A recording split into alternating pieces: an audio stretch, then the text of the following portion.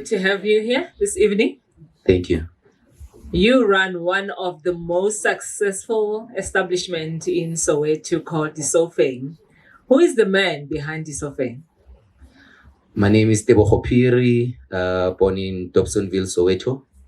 Then moved to the West Rand in early 2019. A dad to 3 kids, 2 girls and a 17-year-old boy. I'm happily married. And yeah, I'm a business owner. Started Disofeng Pub in 2009. Till date, we're still standing. So that's who Tebogo Phiri is. Thank you, Tebogo. What compelled you to start Disofeng? What was that motivation? Like any other child that goes to school, mine was after matric, it would be varsity. Then after varsity, see myself as a chartered accountant. That's who Tebogo Phiri aspired to be.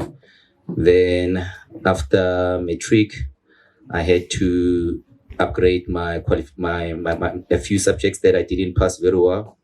Then straight after upgrading my subjects, obviously mom couldn't afford taking me to varsity. The best thing was what's next, which was retail. I found myself employed at Dion at Westgate. I don't know if some of you would remember Dion was still there. I got employed at Dion as a salesperson in the toys department. 2 months later, the store manager said, "No, man, there's brains here. You don't deserve to be this side. You deserve to be in this particular department because, like I said, there's brains," which was a high-tech department where we sold computers and all that. I stayed there for about 3 years. Then I literally got bored of the position, applied elsewhere. I got employed as a salesperson at VW. Again, I still aspired to be the CA, but things were not adding up. And fast forward, I decided, you know what? University is not going to happen. And let me continue this journey because I started doing well as a salesperson.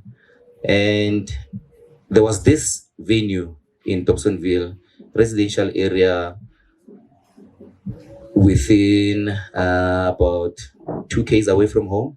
So the guy that owned the place wanted to venture into a pub and restaurant.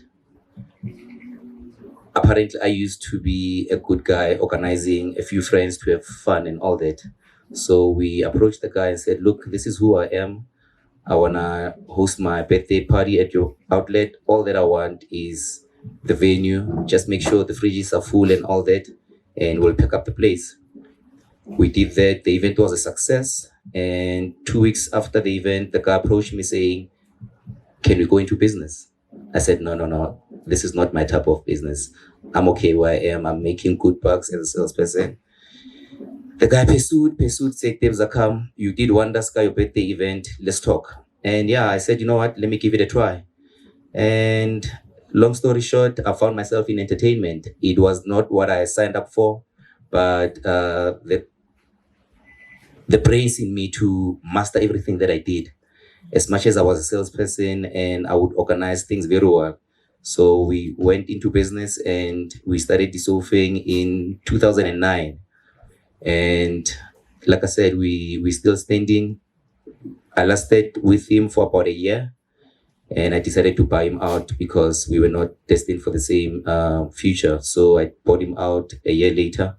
And I went into business from 2010 till date, and I'm still standing as Disofeng Pub. Wow, what an amazing story. I mean, from the guy from Dion who recognized that, "Look, guy, you've got the brains, you don't belong in this department," and transition into another one, and then with this party happening and someone also recognizing that, "Oh, there's something within you, this is for you," and you didn't believe that, then until you decided, to venture into that. But you also mentioned something very interesting around you've parted ways with this guy because you were not destined for the same vision. So something around vision, that maybe you'd like us to share with us, around that, how important it is. Yeah. While I was in high school, I did my commerce, I did business economics, I did economics, I did maths. And those were the key subjects. I did accounting, and I must say there are key things that we learned in business economics. And as soon as I went into business, I recall that back in high school, we were told that when you go into business, give it a minimum of 3 years before you start celebrating. And here I am into partnership, and after a good weekend, my then partner would say, I need this, I need that, I need that. And I used to wear brains that, you know what, we need to reinvest the money into the business because we're not even a year or even 6 months into the business. So it was that back and forth that we need to share profits as in come Monday after a good weekend. And I was like, this is not how things are supposed to be like. Hence, I then opted to buy him out. So it's going back to what Billy said, that we cannot be buying the Range Rovers, and the expensive holidays, and all that. We need to reinvest back into the business. Definitely. You really need to know why you're going into business, because most of the time, especially in my line of business, I've seen lately people who drive past the venue and see a fully packed venue and they think if he can do that, I can. And I see people resigning, they take all the funds and they say, you know what, if I can just buy a sound system, get a DJ and all that. And they just don't know what goes down behind it, such a business. So I really say the little education that I got brought me a long way till where I am now. Wow, amazing. Before we even come to that, because so many people, I can tell that they see Disoufeng and, fully packed, and they think that, oh, I can just take my package, right? And then just start Disoufeng, but they don't know what you have been through. We'll talk about it. Let's just pack it for a moment. Why Disoufeng? So when we started, the first thing that I saw when I went into the then residential era, 2009, it was an old couch there and all that. And we didn't have a name by then. Then as and when we got a positive response from the community, we then had to put a name to this. And we brainstormed and all that. Then myself and him, we like, look, what's surrounding us, Disoufeng. So the best thing is that let's call the place Disoufeng. It's a Tswana name. We were based within a Tswana area and all that. And people can resonate with the setup that we did. Those Sunday sessions, 90% of the setup would be Disoufeng and all that. And when we said Disoufeng, people were like, perfect name for the venue. Awesome. Great. So, Tebogo, just going back to what we spoke about just a few minutes ago, that, some people, they look at your Disoufeng as a success and think that, they can just do that overnight. We live in a society, I've said it last time, that people need instant gratification and no delayed gratification, that, hey, we need to reinvest back into the business. One of the blunders, that we've experienced, in building this most successful establishment, what is that? And when you look back, you say, oh my gosh, I didn't know that, I will rise above this. Yeah. One of the blunders that we did was not reinvesting enough when I was still in partnership with him. I think that first year when we were still in partnership, we made a lot of money. And we believed in outsourcing. So that actually delayed me and into investing the proper funds that we did into furniture. Because looking back at that short period of time that I was in partnership with him, I think had we shared the same vision, we would have made so much money within that. Because our partnership started late in 2009, going into 2010. That's when we had the Soccer World Cup, and you can imagine the whole excitement. So the other blunder that I did, that I think we still do as Black business people, is that we go into partnerships without seeking advice. And mine was going into a verbal partnership without seeking legal advice. And you think we just gonna agree verbally and we don't put pen into paper. So I think that's the biggest blunder that I did, because then when we argue and stuff, I don't have anything to fall back on and say, but these are your responsibilities. So not putting pen on paper, that was the biggest blunder I did. Oh, wow. That's a big one, hey? And so many people are ashamed, to share blunders like this. And I'm so glad, that you're vulnerable enough, especially with number two, to say that sometimes you disagree, right? Even with family and friends, that you're going to go into business, but we've got nothing, written down. Yeah. So, how did you come out of that? I know that the first one you had to part ways with your business partner. The second one, how did you rise above that blunder? So late 2010, we decided to part ways, and he agrees to this package that I offered him. while Disoufeng was running, I was still employed go VW as a salesperson. So I registered Disoufeng 2011.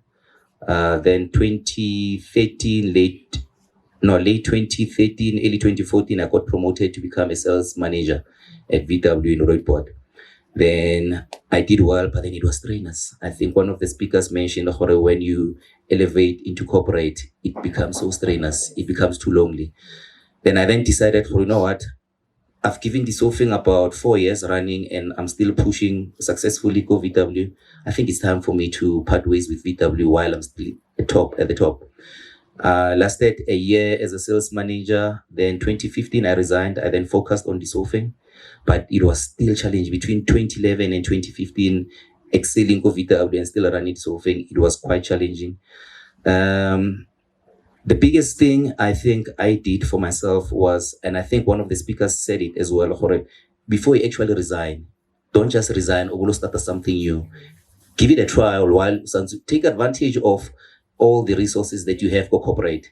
And I think that worked very well for me, because for me, it was that working for VW, you've got a luxury of choosing which company car you'd use. And for me, I'd take Buggy.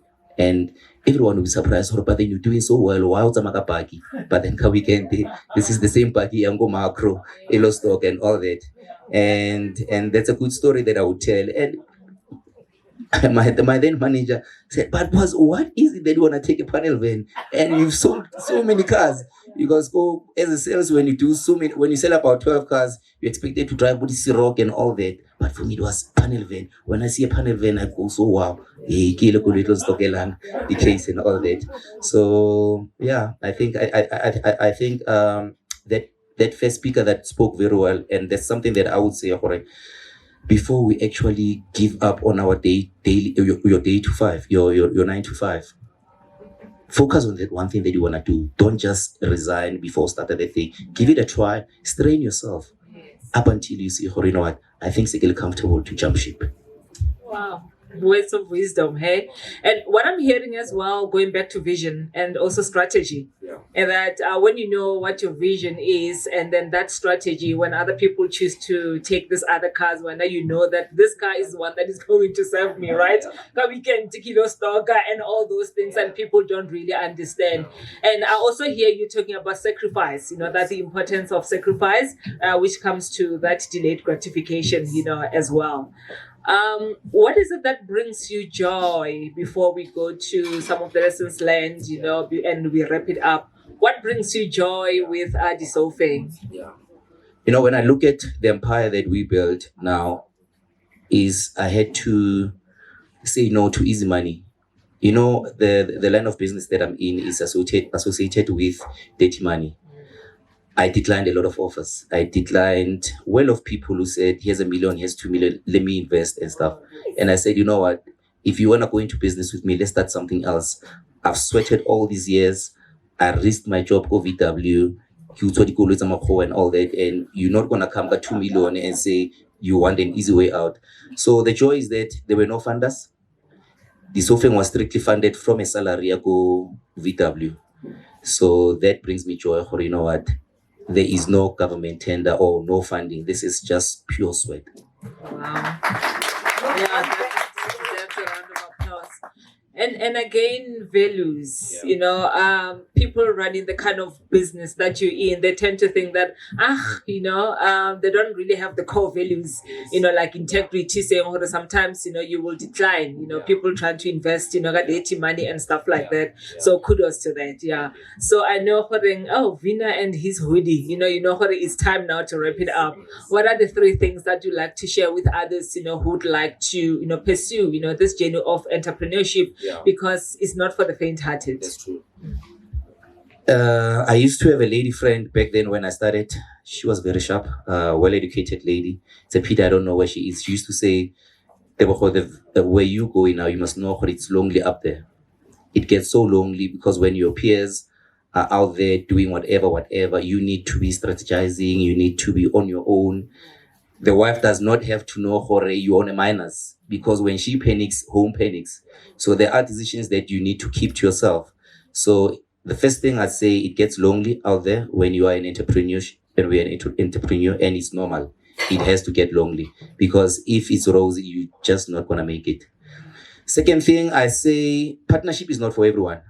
Some partnerships, they do work. If you go into partnership, seek legal advice. Lastly, there's a line that says, don't mix business with pleasure. I've been banned, I think, 3 times investing around 700,000 into a friend, and thinking, hore, otsosa out. Yes, I know Brabili said, we don't want to open doors, but for me, is the people that are close to me. When I opened the doors, I got banned. 2 strong friends that I invested in and say, you know what, this has been working for me, key opportunity, run with it. Is that it's not all the pleasure that is gonna work. So business and pleasure, they don't mix at all. Thank you so much, Tebogo. And here you are, still resilient, as my Angelo said, still I rise. And I wish you all the best with Disoufeng. Thank you very much. All right, thank you.